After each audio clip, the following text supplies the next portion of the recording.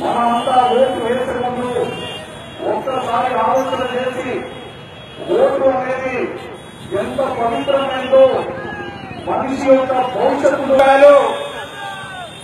మాకు 2 లక్షల రూపాయలు రైతులకు రుణమాఫీ చేస్తామని చెప్తే కేసీఆర్ పొందుతున్నాడు 2 లక్షల రుణమాఫీ ఇది ఎక్కడ రుణమాఫీయా?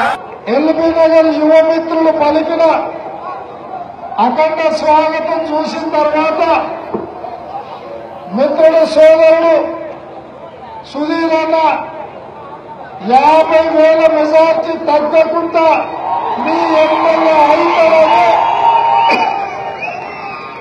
నాకు సంపూర్ణమైన నమ్మకం వచ్చింది. ఇవాళ ఈ సభకు మా కమ్యూనిస్టు సోదరులు నాకు బాగా అభిమానం ఇష్టమైన మా పసుపు పచ్చ జెండా కాంగ్రెస్ పార్టీ కార్యకర్తలు కోదండరామ్ గారి అభిమానులకు అందరికీ కూడా హృదయపూర్వకంగా నమస్కారాలు తెలియజేస్తున్నా. మిత్రులారా, ఇది పరీక్షా సమయం.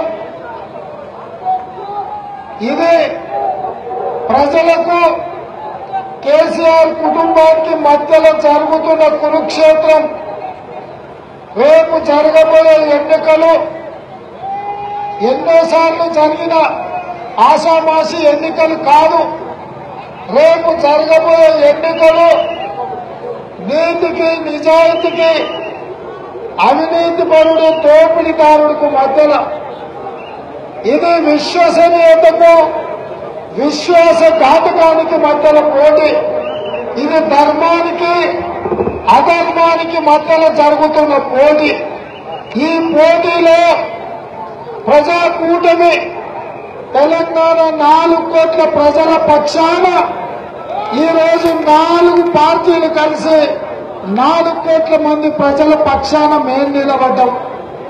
ఇవాళ 4 కుటుంబ సభ్యుల పక్షాన ఇవాళ కేసీఆర్ ఎన్నికలకు వస్తున్నాడు. తెలంగాణ వచ్చిన తర్వాత మీరందరూ చదువుకున్న యువమిత్రులు లేదా ప్రభుత్వ ఉద్యోగాలు చేస్తున్న అధికారులు, మీరు ఆలోచన చేయండి.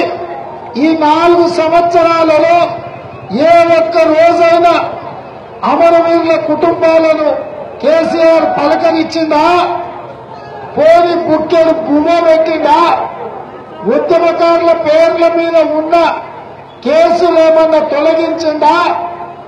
నిరుద్యోగ యువతకు ఎల్బీ నగర్ అడ్డ తమ ఉజ్వల భవిష్యత్తు కోసం విద్యార్థుల నుంచి నిరుద్యోగుల వరకు లక్షల మంది ఇక్కడ శిక్షణా తరగతులు హాజరవుతున్నారు. వాళ్ళని ఎప్పుడైనా పట్టించుకున్న పాపాన పోయిందా? వాళ్ళను పక్కన పెట్టండి.